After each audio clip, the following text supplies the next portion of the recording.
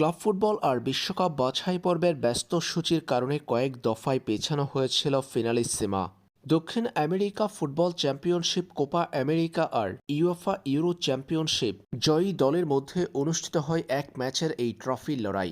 সবশেষ Copa America champion হয়েছে Argentina আর euro champion হয়েছে স্পেন।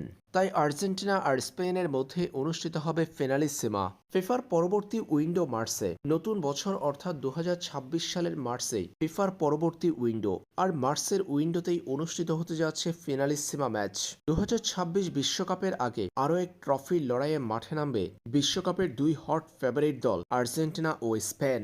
এবার ইএসপিএন তাদের এক প্রতিবেদনে জানিয়েছে ফিনালিসিমার চূড়ান্ত সময়সূচি।